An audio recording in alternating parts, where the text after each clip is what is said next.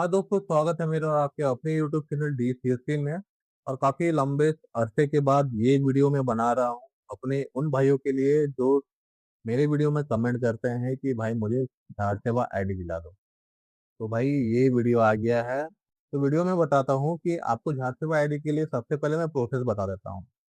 आपको अगर झाड़ सेवा आईडी सीएससी के जरिए चाहिए तो कुछ उसमें रूल्स रेगुलेशन क्राइटेरिया रहते हैं, कुछ डॉक्यूमेंटेशन वर्क रहते हैं, कुछ डिस्ट्रिक्ट लेवल पे काम करना पड़ता है, तब जाके आपको सीएससी के जरिए आपको झाड़ सेवा आईडी मिलता है। अगर आप एजेंसी के जरिए आप अगर एक झाड़ सेवा आईडी ले रहे हैं तो कुछ नहीं, आपको कुछ डॉक्यूमेंटेशन देना पड़ता है और एक चार्ज पे करना पड़ता है। आपकी जो झाड़ सेवा आईडी रहती है वो आपको 1 से 2 दिन में प्रोवाइड कर दिया जाता है।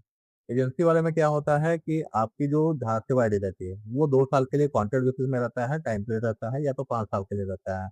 जितना आपका एजेंसी चाहे उतना दिन आपको काम करने के लिए छूट दिया रहेगा, आप काम कर सकते हैं।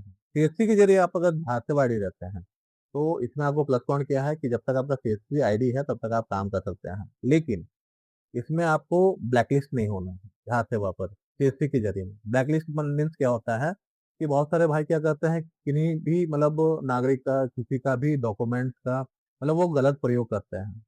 और वो जब जांच अधिकारी के पास में जब जाता है या मतलब फील्ड वेरिफिकेशन होता है, वो जब डॉक्यूमेंट्स नहीं मिलता है और उसके जरिए झासेवा आईडी मिलने वाले को जो ऑपरेटर रहता है उसका आईडी को ब्लैकलिस्टेड कर दिया जाता है, साथ ही साथ सीएससी आईडी को भी ब्लैकलिस्टेड कर दिया जाता है।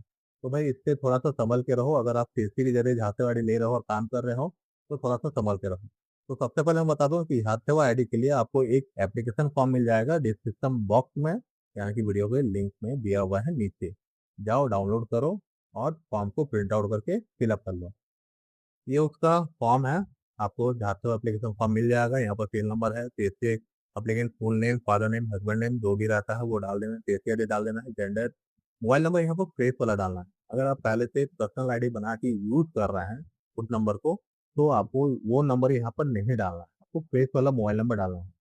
ईमेल आईडी आपको अनयूज, मेरा ये सजेशन रहता है कि आप जब ईमेल आईडी झारसेवा आईडी के लिए दे रहे हैं तो आप अपना सीएससी आईडी लिखने के बाद वहां पर आप अपने प्रखंड जिला या जो भी रहता है नाम उम कुछ भी डाल के @gmail.com करके एक मेल आईडी बना लो, उसको आप डाल दो, सबसे बेस्ट रहेगा। आपका जो भी क्वालिफिकेशन है वो डाल देना है, एड्रेस डाल देना, ब्लॉक डाल देना है, जो भी डॉक्यूमेंटेशन रहता है, कैसे सर्टिफिकेट डाल देना है, सीएससी सर्टिफिकेट डाल देना है, आधार डाल देना है, ये सब भरने के बाद नीचे में जो है ये सब छोड़ देना है। फिर आते हैं यहाँ पर धार सेवा एफिडेविट सीएससी। इसका जो फॉर्मेट है ये भी आपको वीडियो के डिस्क्रिप्शन में मिल जाएगा, वहां पर डाउनलोड कर लेना है। डाउनलोड करने के बाद आपको प्रिंट आउट कर लेना है, साथ ही साथ आपको एक 10 या तो 20 रुपए के एक ई स्टाम्प पेपर आपको प्रिंट आउट करवा लेना है। प्रिंट आउट करवाने के लिए आपको चले जाना है धार निबंधन के साइट पर, ये उसका साइट है, यहाँ पर लॉग इन कर लेना है, रजिस्टर कर लेना है, और आपको यहाँ पर 10 रुपए का एक ई स्टाम्प पेपर निकाल लेना है। निकालने के बाद साथ में इसको प्रिंट आउट करके इसको नोटरी करवा लेना है। आपके नज़दीक में जो भी कोर्ट रहता है वहाँ से आपको एडवोकेट या नोटरी वाले जो भी रहते हैं, जो भी मीडिएटर, उनसे आपको नोटरी करवा लेना है।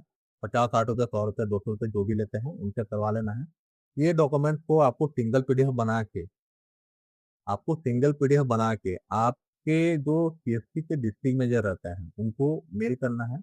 साथ ही साथ स्टेट गवर्नमेंट में भी सीएससी के झासेवा के जो डिपार्टमेंट के अधिकारी रहते हैं उनको भी सीसी में डाल देना है। साथ ही साथ आपके जिला के अधिकारी का अगर आपके पास में मेल आईडी है तो उनको भी सीसी में अटैच कर देना है। साथ ही साथ पंचायती राज के जो मिनिस्टर हैं उनका मेल आईडी मैं आपको बता दूंगा, आप उनको डाल देना। ठीक है। अगर मेल से काम ना हो, अगर मैं बता रहा हूँ मेल से काम ना हो, तो आपको करना क्या है, आपके जिला उपायुक्त कार्यालय में जाना है, वहां पर अपॉइंटमेंट लेना है, बीएलई अपॉइंटमेंट बोला जाता है उसको, बीएलई अपॉइंटमेंट लेना है।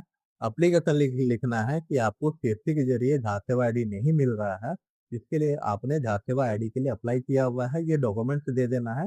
इस डॉक्यूमेंट्स के साथ में आपको आधार कार्ड, पैन कार्ड, सीएससी का सर्टिफिकेट और आपका बैंक पासबुक जो भी रहता है वो आपको देना है, और पुलिस करेक्टर सर्टिफिकेट वो भी आपको दे देना है। तो ये सारे डॉक्यूमेंट्स देने के बाद आपका जो सेवा आईडी रहता है सीएससी के जरिए वो 10 to 15 डेज मिनिमम टाइमिंग और 30 to 90 डेज जो रहता है वो मैक्सिमम टाइमिंग लगता है। 30 to 90 डेज उन मतलब कंडीशन में लगता है कि जब आपका डॉक्यूमेंटेशन हो जाता है, लेकिन आपके आस-पास में प्रखंड में ऑलरेडी झांसे आईडी 5, 6, 7, 8 ऑलरेडी चल रहे हैं, ऑपरेटर एक्टिव हैं और बहुत अच्छी तरह से इससे काम कर रहे हैं, ठीक है? तो ये चीज़ को आपको हर जगह से पता लगा लेना है कि आपके प्रखंड या तो आपके एरिया में किसके-किसके पास में झांसे आईडी है और कैसे-कैसे काम कर रहा है।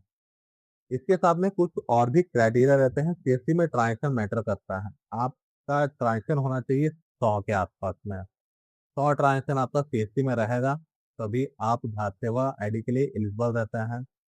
आपको किसी भी तरह का आपके पास में अगर बैंक बीसी या आधार रजिस्टर का काम कर रहे हैं, ब्लैक लिस्टेड हो गए हैं, तो सेवा आईडी आपको नहीं मिल सकता है, ये मैं बता देता हूँ आपको, ठीक है? बहुत ही ये रेयर केस वाला मामला भी चल रहा है।